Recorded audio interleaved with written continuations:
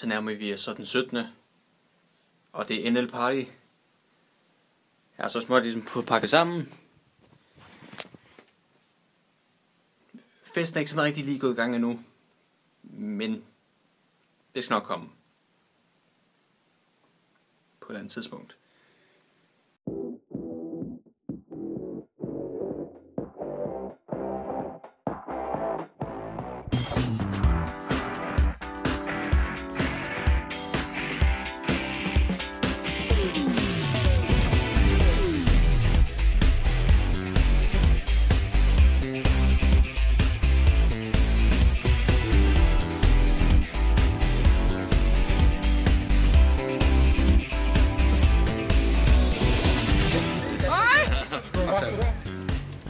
Jeg optager. Du kravler op. Vis de syge billeder. Syge billeder? Det er det bundkamera, det er ikke så skidt på, det. Det er det kamera i bunden. Ja, det skal jo ikke være det. Det skal bare være det er rundt meget kamera. Ja, det er ikke også stille. Fuck dig, Benny. Og hvem har vi over? Let there be light. Det er Husum. Du kan jo bare tage lys her, prøv at det op ad lyde, der mig komme ind til dig. Så vi Welcome to the show of Jensen Gæks. Ah shit. Og så får det er mine noter til at overtage resten af verden. Nå. Ikke sige det til nogen. Det er meget smart. Ikke sige det til nogen. Han siger det til nogen. Fuck. Jeg laver vlog om det. Fuck dig, Benny. Du udlagde min plan. Her ser vi selveste Lasse med hattens hat. Vi har stjålet den fra ham. Han ved nu ikke, hvor den er. Hvad vi tænker os gøre? Vi gemmer os. Vi også her. Yeah. Om bag en Michael. Michael, om bag dig. Sådan der. Han finder dig aldrig nu. Vi kan slet ikke høre dig, Michael. Men mindre man bytter mig ud med noget som i Indiana Jones. Hvad end du hentyder til. Nu har du ansvaret i hvert fald. Gik ikke så meget ensom. Han leger bare lidt med sig selv. Han lyder forkert. Ja. Du er syg, Gæks. Det er ikke dejligt. Skal jeg have det imod dig?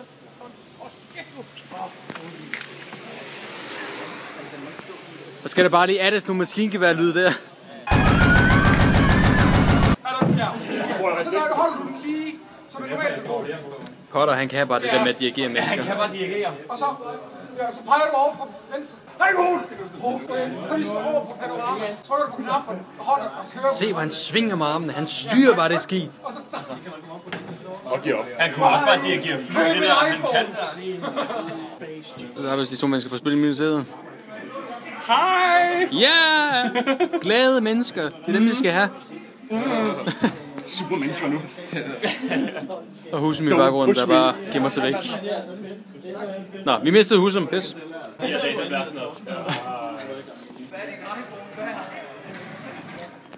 er en, der styrer på det. Det er hvordan det ser ud, når en Fosum han er i færd med at slå sig selv ihjel. Vi kommer ikke til at savne ham. Men han er bare for sjov. Jeg tænker mig allermest, hvor skal vi sove lige nu? Hvem skal jeg knuppe mig op ad? Fandme ikke mig. Det er ikke alting, jeg filmer. Lad nu være. Jeg skal bare lige filme skiltet. Se. Ingen adgang, men vi må godt. Du kan gøre mig verdenskendt fotograf. Hvordan må han? Jeg kan twerk. Bare vis os hele din krop. Er det godt det der? Er det godt det der? Og split! Kraft i orden. Og skal performance lige der. Det er så ked af. Og hvad er det så, vi er på vej hen til? Pizza. Pizza. Michael, hvad er det så, vi er på vej hen til? Shish kebab. Pizza. Lasse. Tår. Og resten af begivenheden.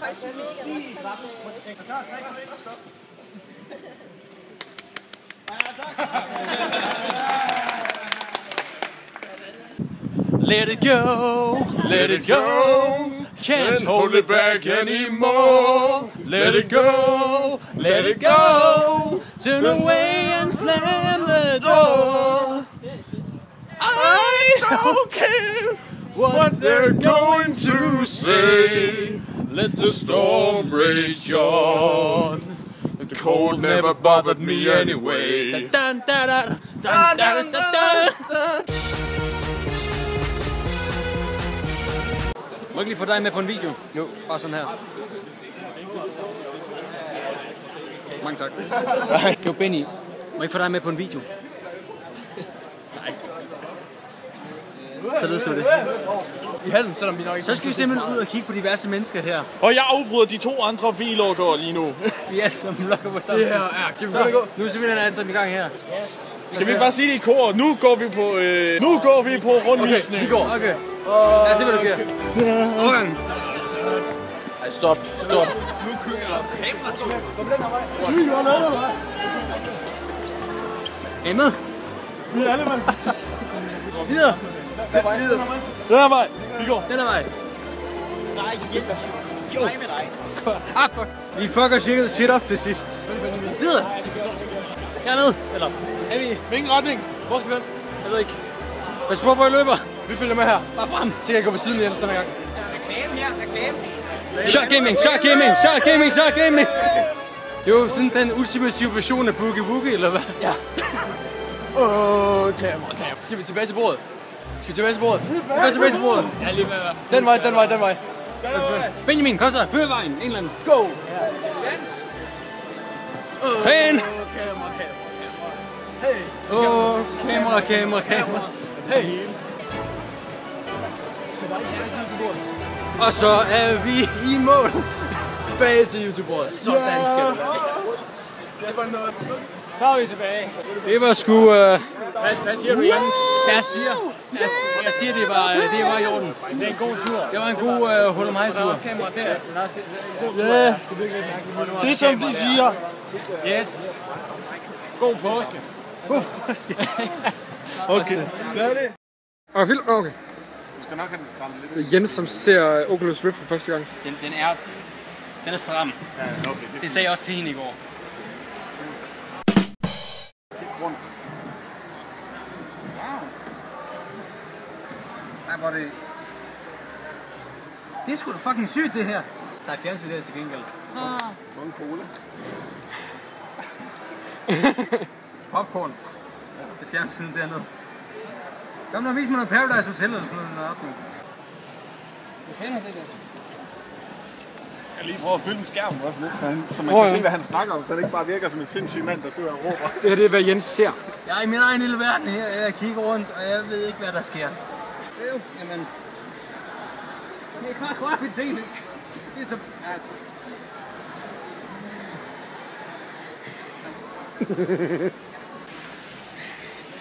Det er så utroligt, det her.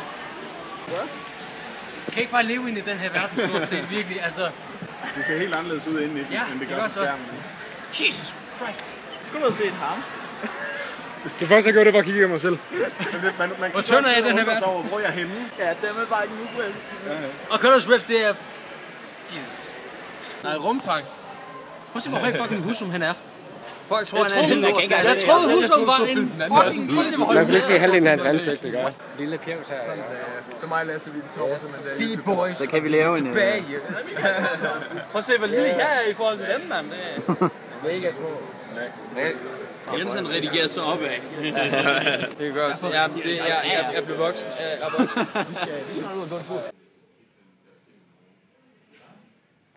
Jeg er så godt nok bag et glas her, men ja. Det er så juletræet Jens her. Logging in.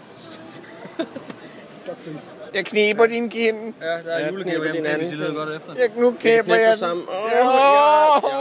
Du er så sulmet, altså. Det er dejligt. Højt fra Jenses grønne Gule top.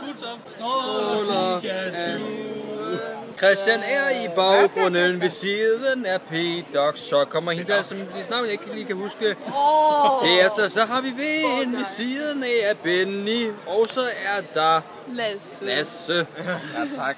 Jeg synes, du tøvede mig på navnet. Og så er det fordi, jeg står og balancerer samtidig fucking ned. Right. Så ja, det var julevloggen.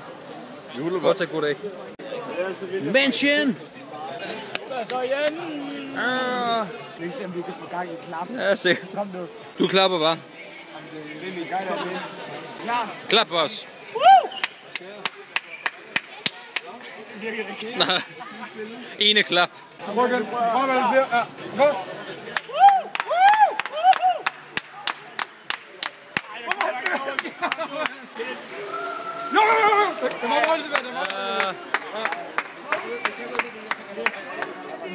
Det var ikke så meget ud af.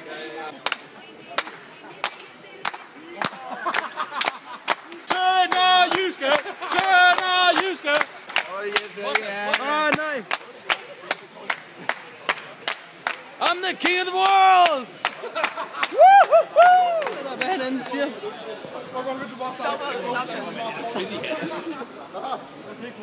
Okay, så sjovt har vi det. Det er godt spændende.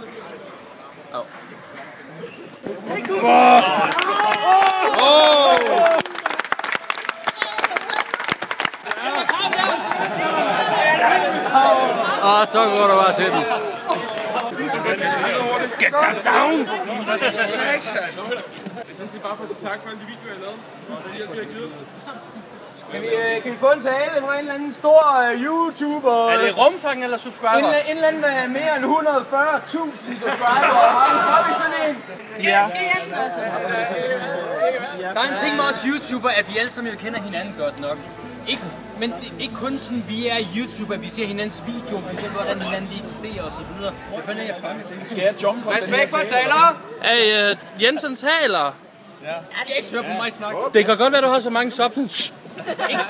Ikke kun at vi kender hinanden på YouTube, men også selvfølgelig at vi kender hinanden personligt via Skype, på Facebook og skriver hinanden på YouTube og så videre. Vi inkluderer hinanden i hinandens videoer, vi giver hinanden støtte, vi giver hinanden shoutouts, vi giver hinanden likes, vi giver hinanden kommentarer. Vi støtter hinanden og viser, at vi alle sammen, vi er YouTubes danske community simpelthen. Og så når vi så kommer til sådan nogle events som det her, LAN Party, NPF, NL Party og hvem end der kommer i fremtiden, så viser vi, at vi har stadig den her støtte her, at vi viser stadig, at vi er et samfund, og vi støtter hinanden, og vi er glade for hinanden. Og det er det, som vi fejrer, når vi kommer til sådan nogle events her, at vi kan møde hinanden personligt og vise, at jamen, tror naturligvis, ikke også?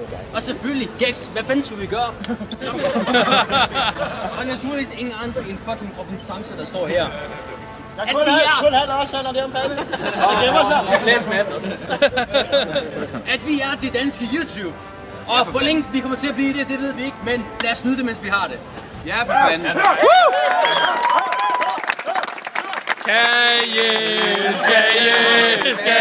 thank you.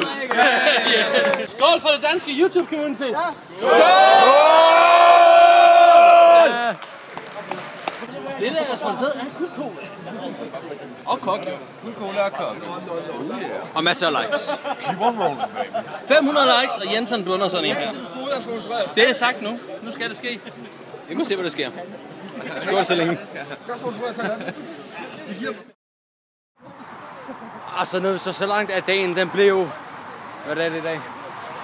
Lørdag. Det blev lørdag, simpelthen, om morgenen. Eller klokken er faktisk 12. Og vi er så alle sammen på vej mod bæren.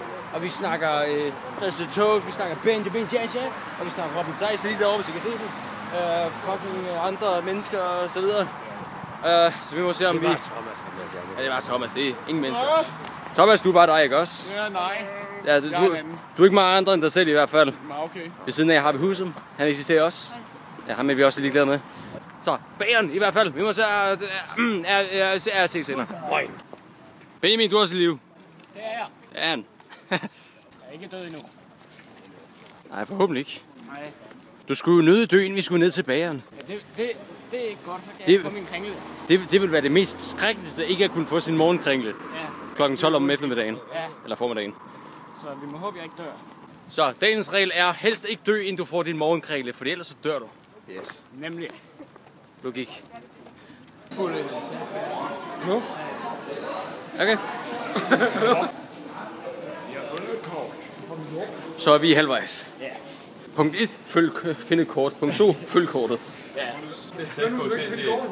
Lige derovre. Det vi kender. Fandt I det? Nej, det skal vi ikke. Hvad så? Ja, så det her, det er du ikke. Jamen, så simpelthen, hvor er vi så nu, Thor? Hvad? Hvor er vi nu? Vi er i Farven Bytorv. Thor, hvad laver vi så her? Vi skal hen til en baker. Så jeg talte sandt lige før. Og vi er så alle sammen på vej mod bæren. Ja. Jens, han lyver ikke. Han løber ikke ham Jens der. He ain't no lie. Det er noget lag. Jeg vil bare tage noget kage i stedet først. Ja, fuck man, det vil bare være nice. Sikkert var egentlig en gigantisk bygning. Så kan de lære det. Ikke også, P-Dog? Kan de kræfte med lære at være store? Måske kan du lære andre mennesker om det. Jeg siger ikke, du er tyk eller noget, men... Rene. Au, shit. Ej. Jeg elsker dig, P-Dog. P-Dog, kom her. Har det her svedige menneske her. Jeg kan også godt lide dig. Du har det varmt. Ja. Vi har styr på bygningen her, ikke også? Her fucking Farum Arena. Arena, hey. Så med Benjamin, der keeper det real. Benjamin, play. Yes. Og en ADHD-container, det er bare... Nej, der står bare HD. HC. HC. High definition container. Only at Phony. Eller Fona, mente jeg godt nok. Ja. En blanding af Fona og Sony. Det bliver Phony. Så er det lidt fugtigt at holde din hånd på skulderen, kunne jeg mærke. Faktisk. Straight up G. Straight out of Compton. Det er ikke så G at have sådan en her med, som jeg faktisk lige har på det på. Det er lime stift. Lipstick. Eller, nej, det er det ikke. Det er fucking... Lipstick. Hvad hedder det egentlig? Lipgloss eller sådan noget? En Liberty. Det hedder... Lipkert. Eller sådan noget. Liberty Classic Care. Det er lippe på mad. Det er ikke lipgloss. Noget som Christian har på læberne i hvert fald. Ja. Men det får din læber til at gloss, faktisk. Jeg bliver lige bange. Fuck, skal gøre mine også det? Det får dine læber til at sådan sige pling. Gør mine også. Hvilket sparkler mest? Bling. Bling, bling, bling. I sparkler begge to. I er bare fancy. Fabulous. Må jeg få fabulous pose? Klar.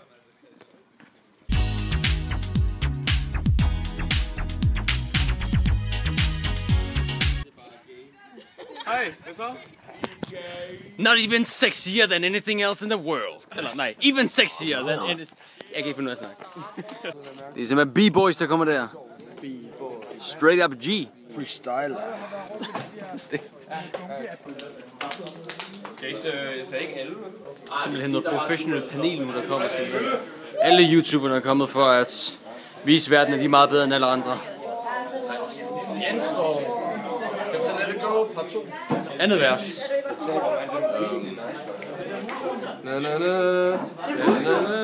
Can't hold back anymore, let go, let go. I don't care what they're going to say, it's going to go. Go to the bottom of It's funny how some distance makes everything seem small.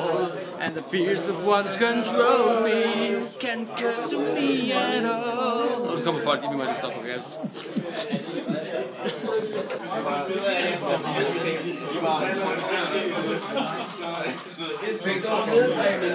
Hvad så, Lasse? Så er du på vej ud i verden igen? Jamen, det er et længere projekt, at jeg skulle ud af verden.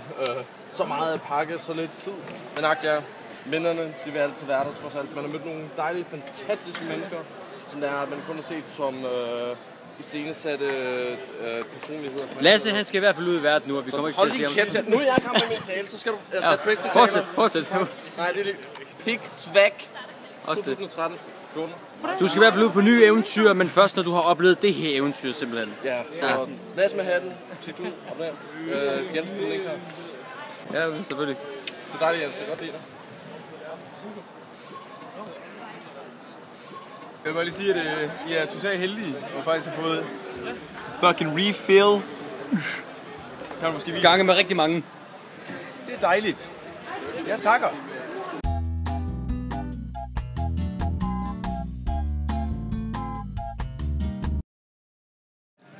Vi er så nu nærmere os den sidste morgen, simpelthen søndag klokken, jeg ved ikke hvad klokken er, og vi er så alle sammen så små ligesom med at pakke sammen til at komme hjem. Der står Benjamin der i midten. Der er selvfølgelig ikke så mange, der har pakket deres ting endnu. Min nabo, Michael, han har, og så også nogle andre mennesker derude i verden.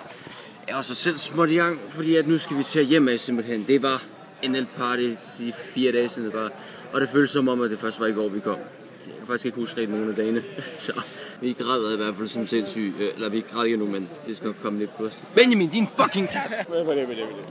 Ja, jeg er lidt urolig, fordi da jeg tog afsted, der var bilen overfyldt, og nu er bilen ikke overfyldt.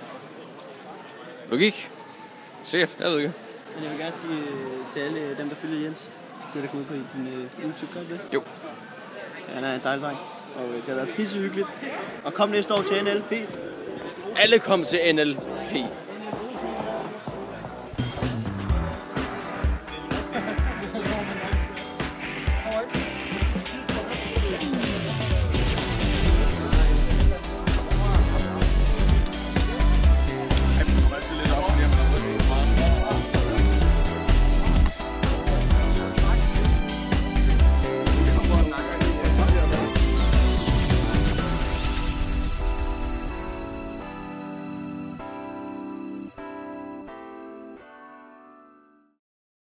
Freestyle.